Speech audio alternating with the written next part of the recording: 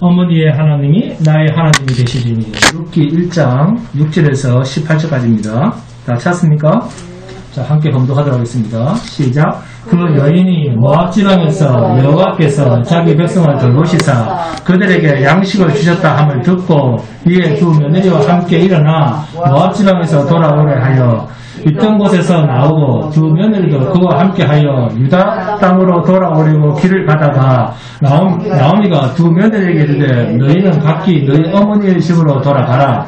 너희가 죽은 자들과 나를 선대한 것 같이 여호와께서 너희를 선대하시기를 원하며 여호와께서 너희에게 허락하사 각기 남편의 집에서 위로를 받게 하시기를 원하노라 하고 그들에게 입맞춤에 그들이 소리를 높여 울며 나오미에게 이르되 아니니이다. 우리는 어머니와 함께 어머니의 백성에게로 돌아가겠나이다 하는지라. 나오미가 이르되 내 딸들아 돌아가라. 너희가 어찌 나와 함께 가려느냐. 내 태중에 너희의 남편될 아들들이 아직 있느냐. 내 딸들아 되돌아가라. 나는 늙었으니 남편을 두지 못할지라. 가령 내가 소망이 있다고 말한다든지 오늘 밤에 남편을 두어 아들들을 낳는다 하더라도 너희가 어찌 그들이 자라기를 기다리겠으며 어찌 남편 없이 지내겠다고 결심하겠느냐. 내 딸들아 그렇지 아니하니라. 여호와의 손이 나를 치셨으므로 나는 너희를 말미암아 더욱 마음이 아프도다 하며 그들이 소리를 높여 다시 울더니 오르바는 그의 시어머니에게 입맞추되 룻은 그를 뒤쫓았더라. 나오미가 또 이르되 보라 내 동서는 그의 백성과 그의 신들에게로 돌아가나니 너도 너의 동서를 따라 돌아가라 하니 룻이 이르되 내게 어머니를 떠나며 어머니를 따르지 말고 돌아가라. 강권하지 마옵소서. 어머니께서 가시는 곳에 나도 가고 어머니께서 머무시는 곳에서 나도 머물겠나이다. 어머니의 백성이 나의 백성이 되고 어머니의 하나님이 나의 하나님이 되시리니 어머니께서 죽으시는 곳에서 나도 죽어 거기 묻힐 것이다. 만일 내가 죽는 일 외에 어머니를 떠나면 여호와께서 내게 벌을 내리시고 더 내리시기를 원하나이다 하는지라. 나오미가 룻이 자기와 함께 가기로 굳게 결심함을 보고 그에게 말하기를 거칩니다. 우리가 예수를 믿고 차츰차츰 1년이 가고 10년이 가고 30년 50년 일평생 가다 보면 날마다 사람이 조금씩 나아져가는 삶을 산다라고 하는 이런 계량주의적 사고를 가지고 신앙생활을 하고 있다면 사람은 절대 죽지 말아야 됩니다. 왜요? 하나님은 실패하지 않는 분이시기 때문에 우리는 반드시 의인의 삶을 살도록 하셔야 됩니다. 조금씩 변하다가 나중에는 완전한 의인의 삶을 사는데 죽기는 왜 죽습니까? 그렇지 않습니까? 사람이 죽는다는 말은 신자도 불신자도 다 죽음이 있다는 것은 죽을 때까지 우리는 뭐하고 살았다는 증거입니까? 죄짓고 살았다는 증거입니다. 우리는 생명의 심판자이신 하나님께서 죄를 짓고 살았다는 이 분명한 사실을 인정하지 않을 수 없습니다. 그런데도 왜 예수 믿으면 날마다 조금씩 나아지다가 결국에는 천국으로 쑥 들어갈 것이다. 우리의 죽음을 마치 뱀 허물 걷듯이 그렇게 생각을 합니까? 성도도 죄로 말미암아 땅에서 취한 육신의 삶은 반드시 죽음을 맞이합니다. 이것을 인정하기 때문에 우리는 또 다른 생명, 영원한 나라, 하나님께서 약속하신 나라에 있을 그 새 생명은 우리가 만들 수도 없고 우리가 개량되어 가서 천국에 들어갈 수도 없기 때문에 하늘로부터 위로부터 오는 전혀 새로운 생명, born again, 그 새 생명으로 다시 태어나야 된다는 겁니다. 그래서 새 생명은 철저하게 생명을 창조해 내실 수 있는 하나님의 권한 속에 있는 것입니다. 하나님께서 주셔야만 받을 수가 있습니다. 그 생명이 저와 여러분 속에 있습니다. 그런데 우리는 볼 수 없습니다. 그러나 경험은 할 수 있습니다. 그런데 어떻게 경험되어지는가? 이 땅에서 새 생명으로 하늘나라의 백성처럼 사라지겠다. 그게 아니라 하나님께서 우리 속에 가져오신 전혀 새로운 생명, 새 피조물이 우리 속에 있습니다. 그런데 이게 철저하게 감춰져 있습니다. 누구로부터? 땅에서 취함받은 우리 육신의 목숨, 육신의 지체와는 도저히 섞여 있지 못하는 전혀 다른 존재로 있습니다. 그래서 사도 바울이 로마서 7장에서 오호라 나는 공고한 자로다. 이 사망의 법에서 누가 나를 건져내랴. 사망에 매여 있는 자신의 육을 보았다는 겁니다. 놀랍죠? 네? 바울이 사망에 매여 있는 자신의 육을 보았고 또 다른 법이 하나 있는데 생명의 법 아래에 있는 또 다른 나라고 하는 존재를 본 것입니다.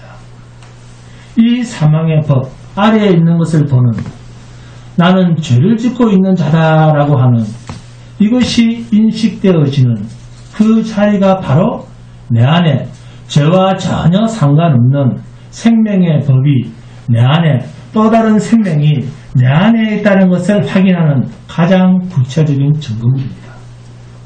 즉 예수를 믿고 하나님께서 주신 새 생명이 내 안에 있기 때문에 내 모습, 이 꼬라지 때문에 애통해하고 고통스러워하는 것입니다. 이것은 신앙의 진리가 쌓이면 쌓일수록 더 깊게 토설해내는 나의 죄악이 남들보다 더 많고 남의 잘못보다는 내 잘못과 내 더러운 악이 두껍게 쌓여만 가는 내 악을 보는 그 마음이 내 안에 새 생명이 풍성히 자라가고 있다는 자기 확인이요 자기 고백입니다.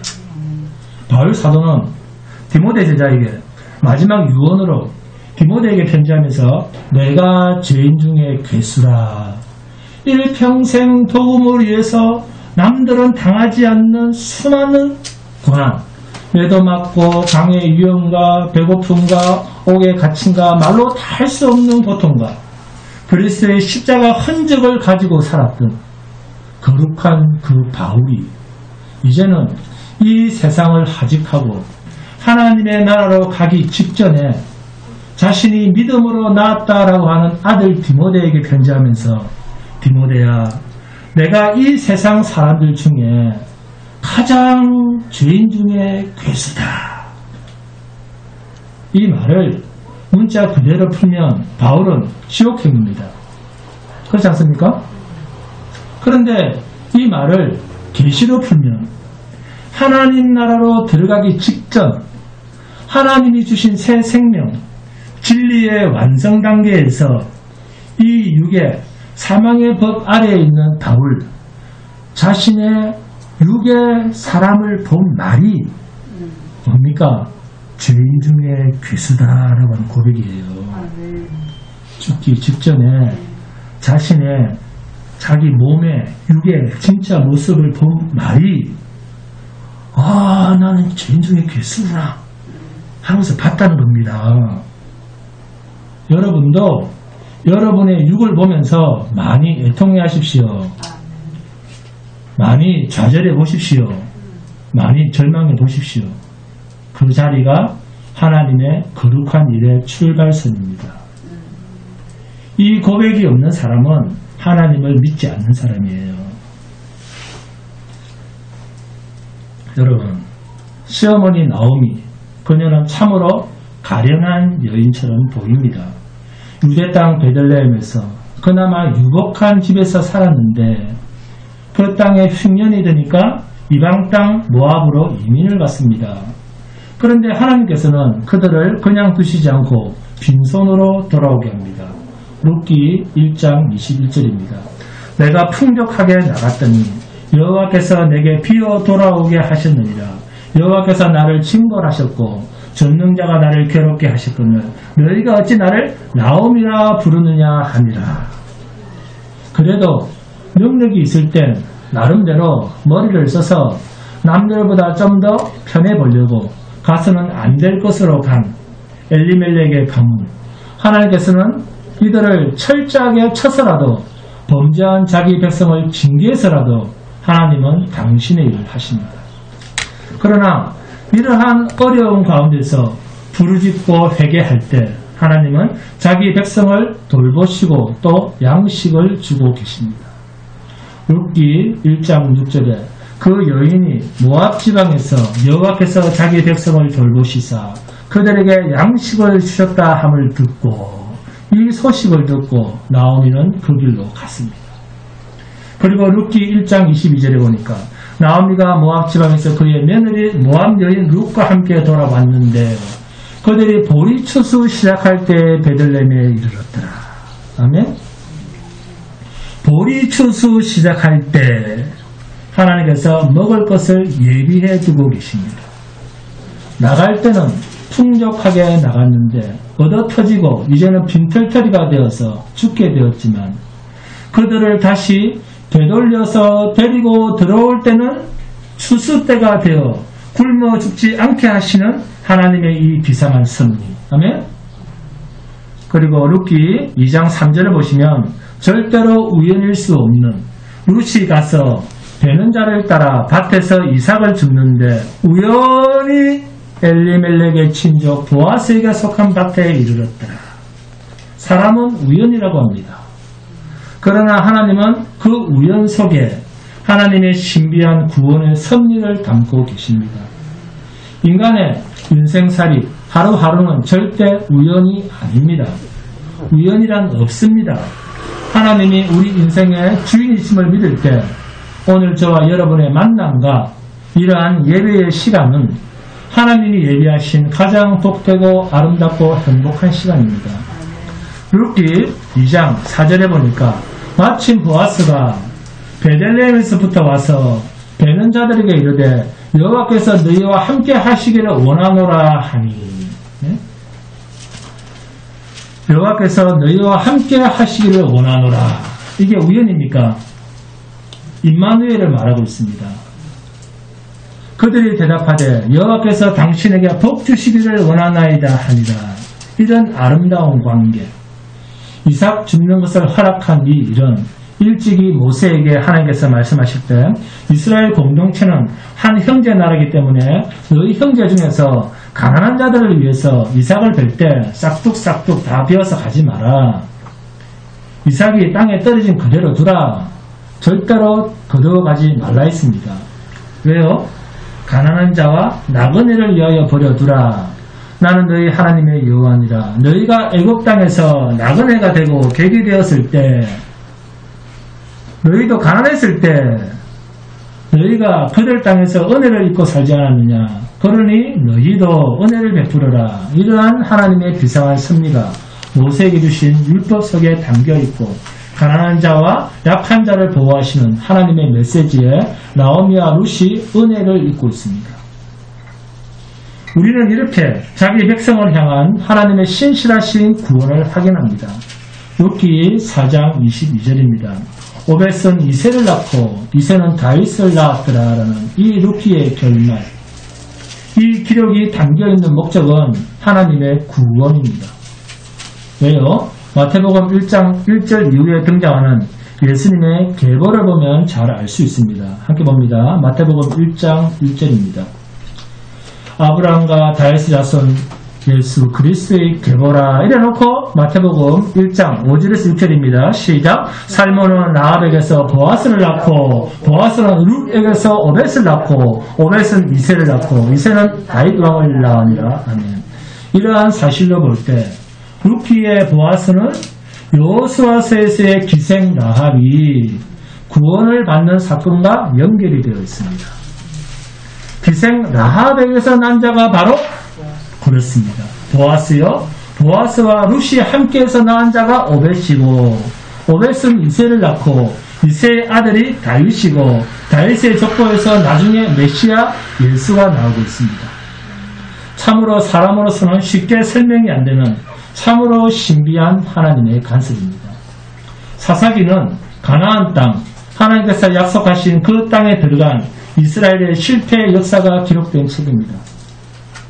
하나님께서 거룩한 전쟁으로 자기 백성 이스라엘에게 적과 꿀이 흐르는 가나안 땅으로 들어 보내주셨지만 정작 이스라엘은 하나님을 왕으로 모시지 않고 오히려 하나님께 악을 저지르고 결국 그 땅에서 비참한 아픔을 겪게 되는 실패의 역사가 사사기입니다. 자기 소견에 옳은 대로 행함으로 하나님 앞에서 죄만 실컷 쌓는 그러한 책이 사사기입니다. 자기 소견에 옳은 대로 행함으로 하나님 앞에서 죄만 실컷 쌓습니다. 그런데 이 동일한 사사시대에 룻기는 이러한 악한 하나님의 백성임에도 불구하고 하나님의 열심과 하나님의 신실하심으로 하나님은 자기 백성에 대한 완벽한 구원을 이루어가고 계시는 그 구체적 흔적을 우리는 룻기를 통해서 사사기에 하나님 백성과 정반대되는 하나님의 홀로 일하시고 택자를 향한 하나님의 구원 사역을 보면서 우리는 당신님을 내어주시기까지 우리를 사랑하시는 하나님의 구원을 찬양하는 것입니다.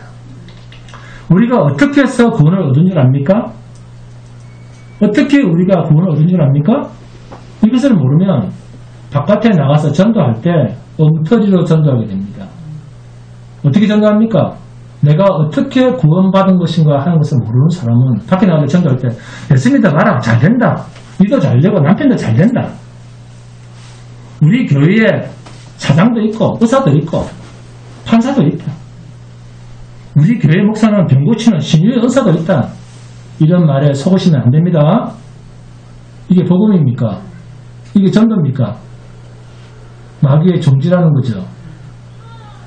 내가 어떻게 하나님 앞에서 구원을 얻었는가를 모르기 때문에 기껏 한다는 소리가 바깥에 나가서 무당 잡교들이나 하는 소리나 하고 자기가 구원받은 가장 확실한 증거물인 예수 그리스도는 증거하지 못하고 하나님의 열심과 하나님의 신실하심을 자랑하지 못하고 예수 믿어봐라. 너희 집 잘 된다. 절에나 데리고 갈 사람을 예배당으로 데리고 와서 자기 잘 되기를 바라는 그런 사람은 절에 가야 되지 예배당에 오면 안 됩니다. 우리는 하나님의 영광을 위하여 하나님의 기쁘심을 위하여 우리가 하나님 앞에서 부름을 받았고 지금도 사는 목적이 내 잘되기가 아니라 하나님 잘됨을 위해서 주의 피로 사신 교회 잘되기를 위해서 나는 날마다 주를 위하여 희생하는 삶을 사는데 익숙해지기를 소원하고 원하는 그런 사람이 성도입니다. 나를 위하여 영원한 생명이신 예수가 인간의 몸이 되어 내 대신 죽어주신 이 주님의 영광, 이 주님이 희생하신 것을 기억하고 늘 예수 자랑하고 내 죄를 대속해 주신 예수만 증거하고 나는 죽고 내 안에 그리스도만 사는 오직 주를 위해서만 사는 자기의 남은 인생을 주를 위해서만 채우기를 소원하는 것이 우리 인생의 목적이요 목표인 그런 사람이 성도입니다. 주한교회는 예수 그리스도의 흔적이 있는 하나님이 택하신 백성들만 정착하는 교회입니다. 이런 사람들은 헌신해라, 봉사해라, 전도해라 그렇게 시키지 않아도 자기를 위해서 살지 않고 자기의 모든 것을 다 내놓아도 감사함으로 죽기까지 주를 위하여 헌신하게 되어 있습니다. 이런 분들만 모이는 곳이 교회입니다. 아멘? 아멘. 성도는 실패하는 존재가 아닙니다. 왜요? 하나님은 실패하지 않는 분이시기 때문에. 하나님에게는 오직 성공밖에 없습니다. 이것을 믿는 것이 믿음입니다. 엘리멜렉, 나오미의 가정.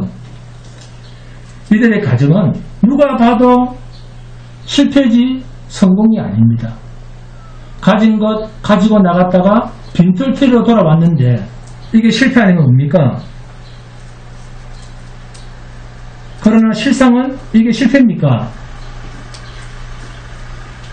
대답 안 하죠. 애매하다 이거죠. 네? 아직까지 경계선에 나는 있다 그 말이에요. 그 말은 그들의 실패 같아 보이는 그 실패 속에 하나님의 성공이 담겨 있습니다. 하나님은 엘리멜렉 가정을 세상으로는 밟아서 지금 밟아서 그 가정을 새롭게 하나님의 마음에 합한 가정으로 재창조하고 있습니다. 하나님은 세상으로는 그 가정을 죽여서 그 가문을 보아스와 룻을 통해서 하나님의 영광이 가득한 영원한 새 생명과 연결된 그 가정으로 회생시키시고 있습니다. 영생과 하나님의 의로 가득한 새로운 가문으로 만들어 계십니다. 하나님만으로 만족할 수 있는 가정으로 만들어 가십니다. 그리고 이것이 나중에 보니까 새하늘과 새 땅의 주인이신 예수 그리스도까지 이어지고 있습니다. 그리고 훗날 예수께서 이 땅에 오셔서 하나님의 나라를 선포하십니다. 놀라운 가문 아닙니까? 여러분, 피조물은 창조주가 하신 일을 예측할 수도 없고 측량할 수도 없습니다. 로마서 11장을 봅니다. 로마서 11장 33절에서 36절을 보시면 깊도다 하나님의 지혜와 지식에 풍성하며 그의 판단은 헤아리지 못할 것이며 그의 길은 찾지 못할 것이로다. 하나님이 하시는 일을 우리 인간이 측량할 수도 없고 하나님의 지혜와 지식을 따라갈 수도 없습니다. 그리고 하나님이 행하시는 길을 인간은 찾아 나설 수도 없습니다. 34절에 누가 주의 마음을 알았느냐, 누가 그의 모사가 되었느냐, 누가 주께 먼저 들여서 갚으심을 받겠느냐. 하나님께 돈을 빌려드리고 지식을 빌려드리고 힘을 빌려드려서 하나님을 도운 자는 없다는 말입니다. 36절에 이는 만물이 주에게서 나오고 주로 만나고 주에게로 돌아가니라. 그에게 영광이 세세에 있을지어다. 아멘. 이 말씀은 신불신간에 모든 인간들에게 진리입니다. 그러므로 피조물의 입장에서 창조주이신 하나님이 하시는 일에 대해서 모든 것을 이해한다는 것은 불가능합니다. 왜 인간은 만물의 영장인데 하나님이 하시는 일을 알지 못하는가? 그것은 하나님은 피조물 인간을 생각하면서 피조물 인간의 입장을 헤아리면서 일하시는 분이 아니기 때문입니다. 그래서 하나님은 어떤 분이신가 라고 말할 때 뭐라고 말해야 됩니까? 따라합니다. 스스로 계시는 자다. 이 말은 그 무엇 하나 상관없어도 스스로 존재할 수 있는 분이시다 그 말입니다. 피조물은 상관관계를 가지고 있습니다. 인간은 자연이 없으면 살아갈 수가 없습니다. 사람끼리도 사람 별로 안 좋아하시죠? 그런데 내가 싫어하는 그 사람끼리도 사람이 없으면 살 수 없는 존재가 인간입니다. 물이 없어도 공기가 없어도 자기를 귀찮게 하고 자기를 괴롭힌다고 싶은 그 사람이 없어도 살 수 없는 존재가 인간입니다. 그런데 하나님은 이런 상관관계를 갖지 않아도 스스로 영원히 계시는 분입니다. 이런 분을 어떻게 상관관계에서 존재할 수 있는 지극히 연약하고 지극히 나약한 인간이 어떻게 전능자를 이해하고 그분의 마음을 읽어낼 수가 있겠습니까? 그런데도 하나님 앞에서 달라고 주시옵소서 새벽부터 생떼를 쓰죠. 자기는 하나님께 준 것도 없으면서 이거 저거 달랍니다. 참 얼굴 두껍고 뻔뻔합니다. 여러분, 하나님은 나를 위해서 존재하는 분이시다. 그렇게 생각하시면 안 됩니다. 자, 따라합니다. 하나님은 스스로 계시는 분이다. 우리랑 상관없이 일하시고 우리랑 상관없이 존재하고 계신다는 이 사실을 모르니까 입만 벌리면 자기 소유, 자기 욕심, 저하고로 나아가는 자기 욕심에 따라 구하는 기도도 하나님께 강청하게 들어주실 거라는 기대를 가지고 구하게 된다는 겁니다. 그렇게 생각하는 하나님은 스스로 계신 하나님이 아니고 뭡니까? 내 종지라는 하나님, 내 하자는 대로 하는 하나님입니다. 그런 하나님 믿고 싶습니까? 내게 종지라는 그런 하나님 믿고 싶습니까? 내 종지를 하는 그런 하나님으로 생각하기 때문에 내 입장과 내 처지에서 벗어나고 내가 원하는 것이 아니면 야, 이건 하나님이 하신 일이 아니야 라고 생각한다는 겁니다. 그걸 하나님이 하셨다 해도 인정하지 않고 불복을 합니다. 하나님이 왜 그렇게 하시지? 나를 사랑하시는 하나님인데. 그러면서 불평을 합니다. 꼭 뭐한테 하듯이? 사람한테 하듯이, 사람 대하듯이. 왜 하나님을 사람 대하듯이 합니까? 왜 그렇게 할까요? 성경이 말하는 하나님이 아니라 인본주의, 자기 중심적으로 하나님을 이해하기 때문입니다. 여러분, 하나님이 하시는 일을 여러분이 이해할 수 있습니까? 하나님이 하시는 일이 이해가 잘 됩니까? 하나님은 애굽 땅에서 430년간 종살이하던 그 이스라엘 백성들을 출애굽시키기 위해서 바로 왕을 굴복시키고 홍해 바다를 마치 육지처럼 길을 내어 건너게 하셨습니다. 10가지 재앙까지 내려가며 그렇게 구원하신 이스라엘 백성들을 광야에서 이 출애굽시킨다고 얼마나 고생이 많았습니까? 네? 얼마나 많은 사연들이 있었어요. 얼마나 힘들게 나왔습니까? 그렇지 않습니까? 그런데도 그렇게 힘들게 끄집어낸 이스라엘 백성들을 광야에서 때로는 수만 명, 수천 명을 하룻밤 사이에 죽이신 하나님입니다. 아니, 죽일 바에야 애굽 땅에서 죽이시지 뭐하러 끄집어내고 구원하시고는 왜 광야에서 죽이실까요? 우리 인간의 입장에서 쉽게 이해가 됩니까? 나는 이해가 된다. 그렇습니다. 전쟁도 어제까지는 쉽게 이기게 해주셨다가 또 어떤 때는 조그만 성에도 무참하게 패배하게 하시는 종잡을 수 없는 하나님, 이해가 안 됩니다. 이스라엘을 구원하신 하나님에 대해서 이스라엘이 제대로 하나님을 알 수가 없었습니다.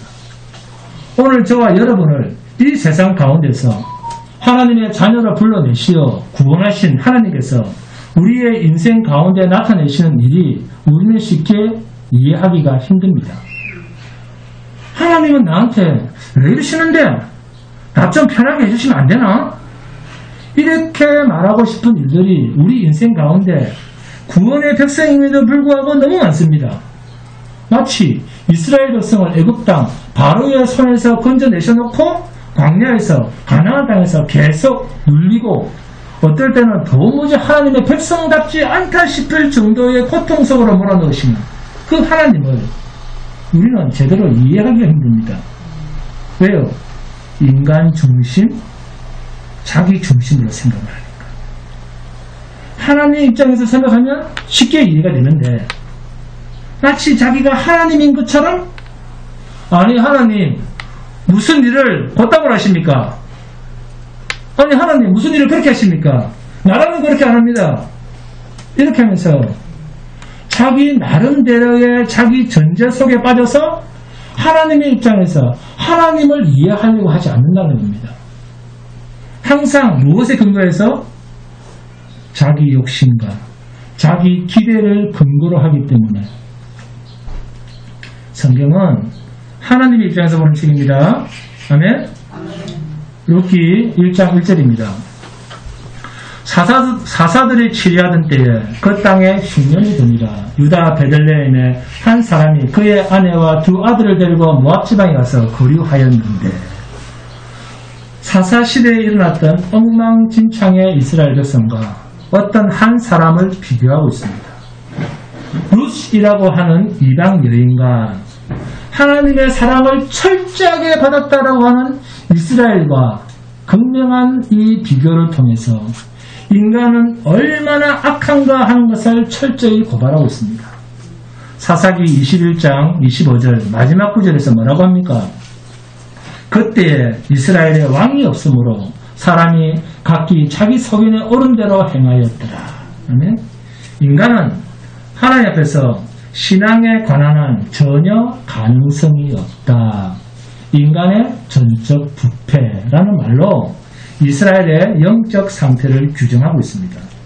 그런데 룻기가 똑같은 사사시대라는 시대적 상황에서 등장하는데 엉망진창인 이스라엘의 신앙 상태와 룻이라고 하는 이방 여인의 신앙과 서로 비교하게 함으로써 하나님께서 주신 믿음이라고 하는 것이 어떤 것인가 하는 것을 우리에게 알려주는 것입니다.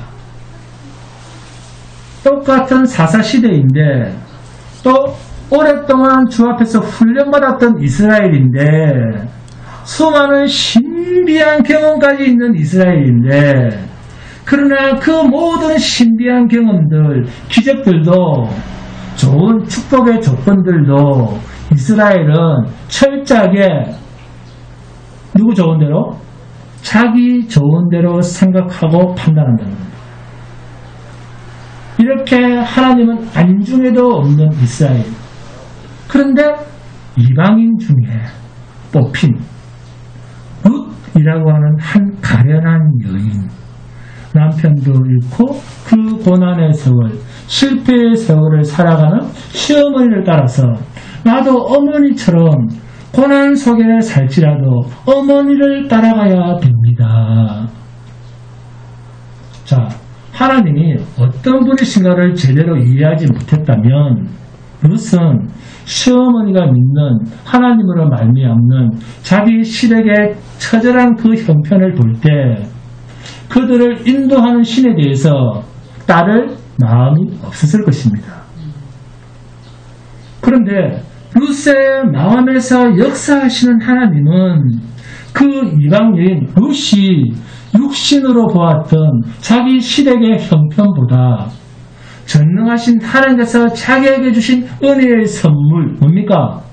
믿음을 그 무엇보다도 가치 있고 빛난 보배로 여기고 어머니가 믿는 하나님, 그 하나님이 나의 하나님이 될 것입니다.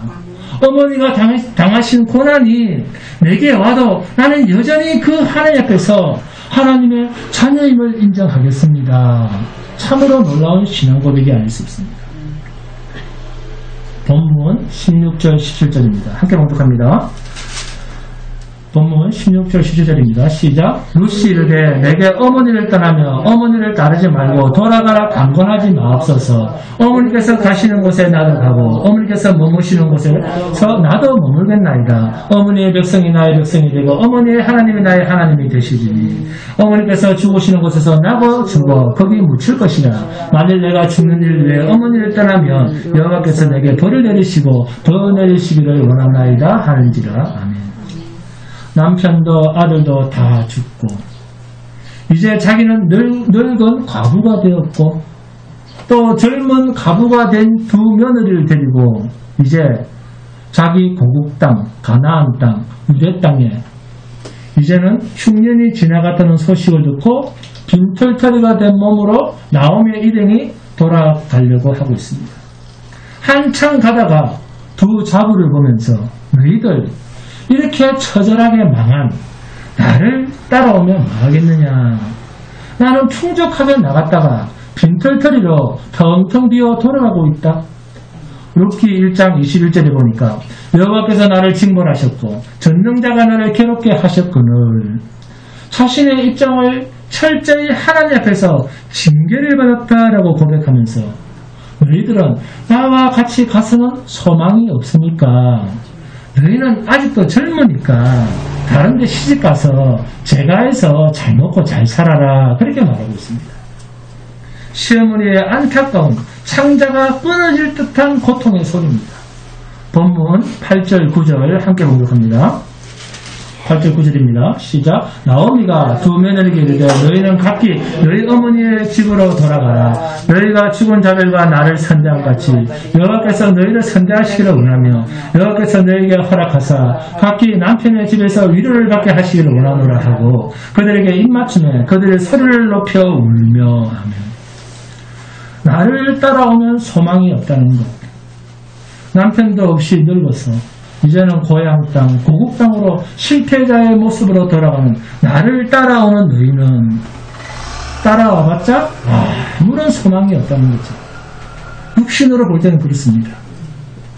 망한 사람을 따라가는 것은 고생입니다. 네? 당연히 소망도 없죠. 그런데 본문 10절에 보니까 이러한 시어머니의 권유를 들은 며느리들은 10절에 나오미에게 이르되 아닙니다.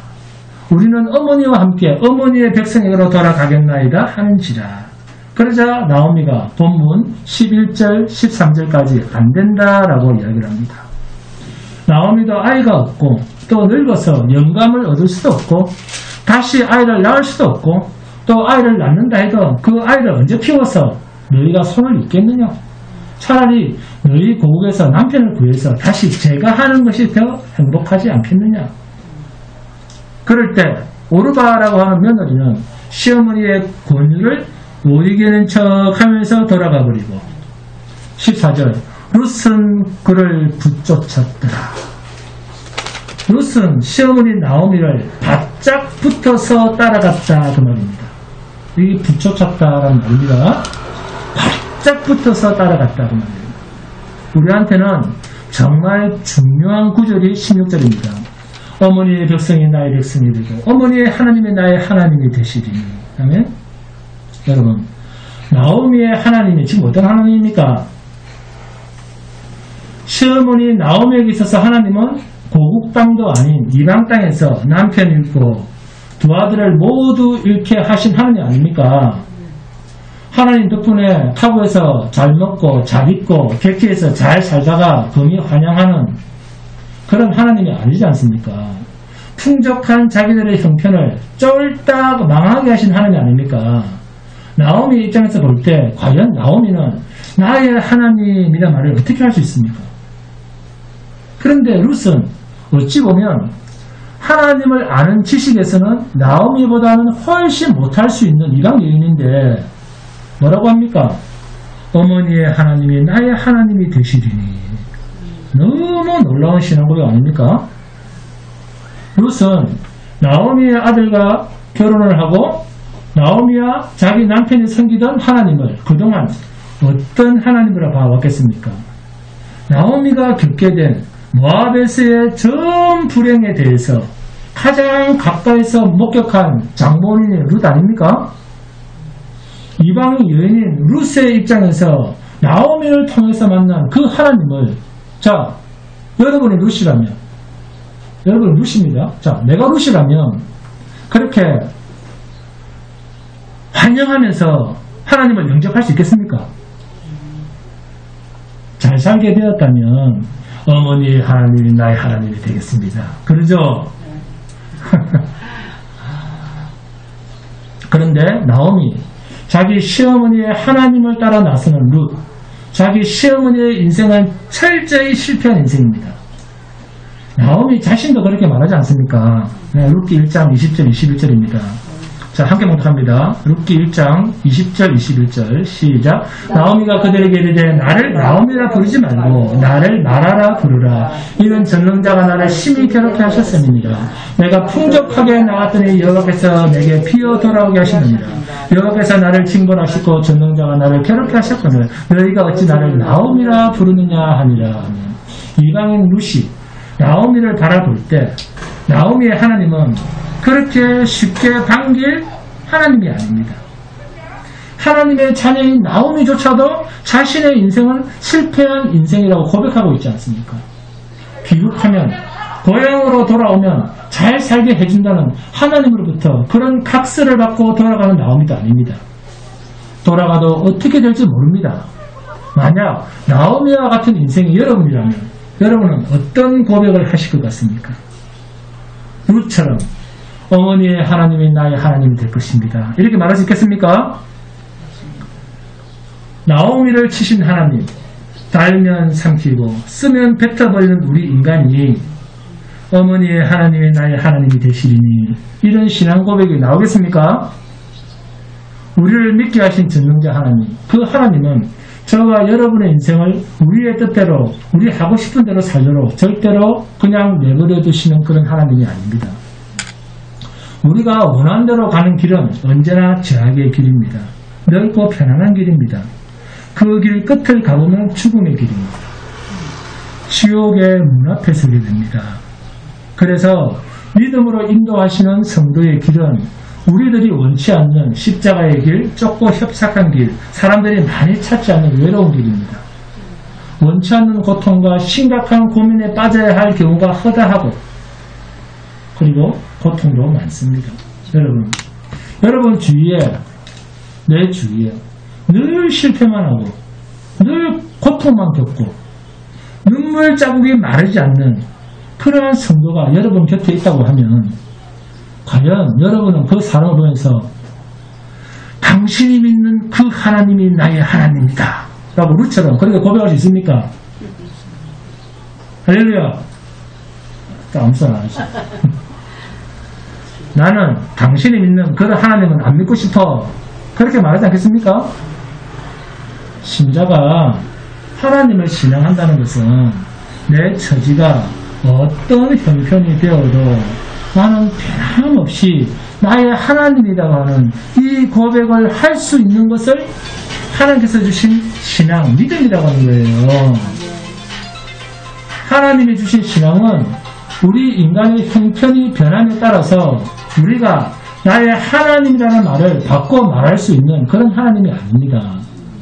나의 하나님이라고 부르면서 조금만 불리하거나 내가 싫어하는 일이 벌어지면 금방 그 하나님을 향해서 원망, 불평을 쏟아내는 울고 불고 하는 그런 수준은 결코 하나님께서 주신 신앙이 아닙니다. 죄송하지만 괴로울 때나 슬플 때나 병들 때나 기쁠 때나 편안할 때나 여전히 나의 하나님으로 고백되어질 때 그 믿음이 바로 하나님께 주신 참 신앙입니다.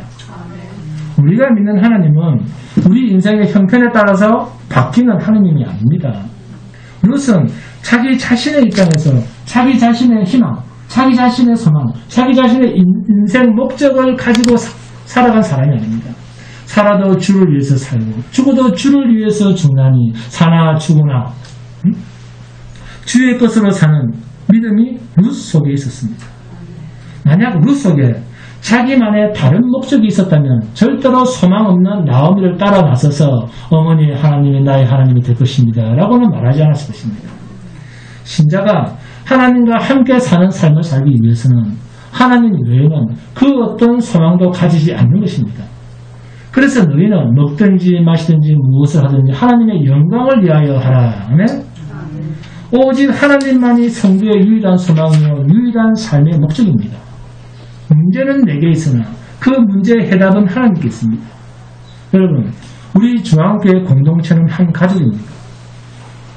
육적 가족은 이 세상에서 길게 살아본들 부부나 자식이라도 90년, 100년 살면 다 헤어져야 됩니다. 그 이후부터는 인연이 없습니다. 하늘나라에서 우리 엄마, 아빠 찾아도 없습니다.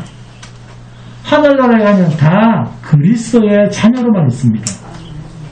하나님의 자식으로만 있습니다.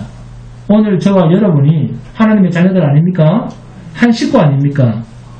영원히 헤어질 수 없는 족보 아닙니까? 우리 중앙교회가 얼마나 가까운 족보입니까? 여러분과 우리는 한 가족입니다. 교회란 주님이 머리가 되시고 우리가 책임져야 될 여러분의 교회입니다. 아멘? 성도는 세상 사람들이 힘으로 삼는 돈도 아니요, 지식도 아니요, 남편, 자식, 아내, 사업 그런 거 아닙니다. 신자의 유일한 소망, 유일한 삶의 목적, 힘은 하나님 한 분뿐입니다. 저와 여러분을 영원한 멸망에서 구출하시고 죽지 않는 영원한 나라로 인도하실 분은 하나님 외에는 없습니다. 그러므로 천국을 내가 갈 본향으로 삼고 살아가는 사람이라고 하면 그 나라, 우리의 본향으로 나를 데리고 갈 수 있는 가장 안전한 운전수는 하나님입니다. 죄악으로 지옥 가야 할 저와 여러분을 영원한 천국으로 인도하실 분은 하나님 외에는 없습니다.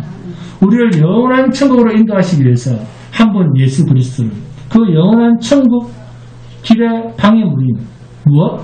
죄를 없이 하시기 위해서 십자가에 내어주시기까지 스스로 고난의 길을 걸어가신 우리 구주 예수님을 범사에 좀 생각해 보시기 바랍니다. 영원한 천국에 대한 소망으로 살아가는 신자라고 하면 짧게 점찍고 가는 나그네 세월에서 일어나는 상황들과 형편들을 가지고 내 편이신 하나님 그렇게 말하지 않습니다. 오직 영원한 나라로 우리를 인도해 가시기 위해서 일하고 계시는 예수님, 그 하나님만 나의 하나님이라고 고백합니다. 실패한 인생이라고 밖에는 볼 수 없는 그 시어머니 나오미를 바라보면서도 어머니의 하나님이 나의 하나님이 될 것입니다 라고 하는 이 룻의 고백에서 오늘 저와 여러분이 나는 지금까지 하나님을 어떻게 이해하고 있었는가에 대해서 깊이 생각해 보시기 바랍니다. 항상 나를 도우시고 나에게 좋은 일만 있게 해주시는 그런 하나님만 기억하고 계신다고 하면 그 사람은 우리를 구속하심으로 하나님의 일을 이루시기를 원하시는, 고난을 자초하신, 죽음을 자초하신 그 하나님, 독생자 아들 죄 없으신 분을 이 땅에 보내시고 인간의 몸이 되게 하셔서 가장 낮고 천한 자의 신분을 있게 하시고 우리를 위하여 온갖 고난을 다 당하시다가 가장 비참한 죽음으로 죽게 하신 이 하나님의 깊은 뜻을 이해가 되지 않은 것입니다. 인간의 심정, 우리의 생각으로 하나님을 이해한다면 주님이 당하신 십자가 고난의 길은 하나님으로서는 하실 수 없는 일입니다. 그런데 이런 어리석고 높은 생각을 하는 저와 여러분을 구원하시기 위해서 하나님은 우리의 생각을 초월해서 하나님 스스로 낮아지셨습니다. 가장 추한 모습으로, 가장 약한 모습으로, 가장 실패자의 모습으로. 그러나 그 실패의 모습, 예수 십자가의 죽음이 저와 여러분을 구속해 주셨습니다. 이러한 하나님을 우리가 제대로 안다면 이렇게 독생자를 보내서 우리의 영원한 구원을 예비하신 자, 이 하나님의 마음을 이해한다고 하면 하나님은 우리 삶의 고난이라고 하는 나의 어떤 형편 속에서도 만날 수 있는 하나님입니다. 내가 행복하고 내가 원하는 대로만 되어지는 그런 환경 속에서 만나는 하나님은 거짓 하나님이라는 이 사실을 기억하시고 여러분의 어떤 환경, 어떤 형편에서도 나와 함께 하시는 하나님이심을 알고 믿고 영원히 나의 하나님만 섬기는 나의 하나님이 되시는 복된 성도가 되시기를 주님의 이름으로 축원드립니다. 주님 감사합니다.